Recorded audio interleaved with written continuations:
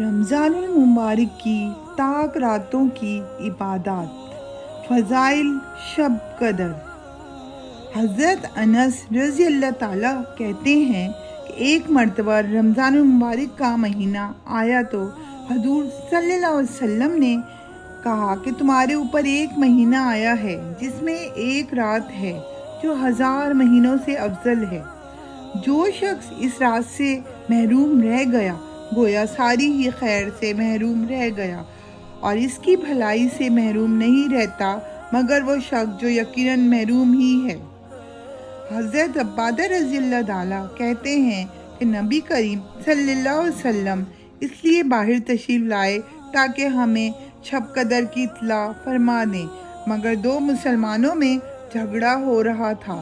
حضور صلی اللہ علیہ وسلم نے ارشاد فرمایا ہے کہ میں اس لیے آیا تھا کہ تمہیں شب قدر کی خبر دوں، مگر فلاں شخصوں میں جھگڑا ہو رہا تھا کہ جس کی وجہ سے اس کی تعین اٹھا لی گئی۔ کیا بعید ہے کہ یہ اٹھا لینا اللہ کے علم میں بہتر ہو، لہٰذا اب اس رات کو 9ویں اور 7ویں اور 5ویں رات میں تلاش کرو۔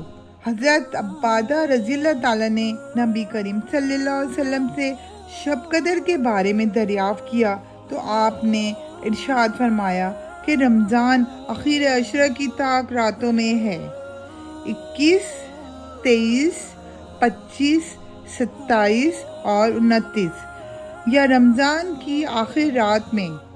جو شخص ایمان کے ساتھ ثواب کی نیت سے اس رات میں عبادت کرے اس کے پچھلے سب گناہ معاف ہو جاتے ہیں۔ اس رات کو منجملہ اور علامتوں کے یہ ہیں کہ وہ رات کھلی ہوئی چمکدار ہوتی ہے، صاف و شفاف، نہ زیادہ گرم نہ زیادہ ٹھنڈی، بلکہ معتدل، گویا کہ اس میں انوار کی کثرت کی وجہ سے چاند کھلا ہوا ہے۔ اس رات میں صبح تک آسمان کے ستارے شیاطین کو نہیں مارتے۔ نیز اس کی علامتوں میں سے یہ بھی ہے کہ اس کے بعد اس کی صبح کو آفتاب بغیر شعاع کے طلوع ہوتا ہے، ایسا بالکل ہموار ٹکیا کی طرح ہوتا ہے جیسا کہ 14ویں رات کا چاند۔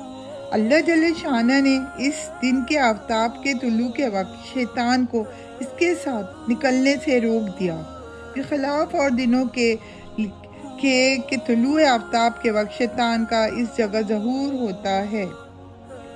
حضرت عائشہ نے حضور اکرم صلی اللہ علیہ وسلم سے پوچھا، یا رسول اللہ، اگر مجھے شب قدر کا پتہ چل جاوے تو کیا دعا مانگوں؟ تو حضور صلی اللہ علیہ وسلم نے یہ ارشاد فرمائی، اللہم انکا عفو تحب العفو فاعف عنی۔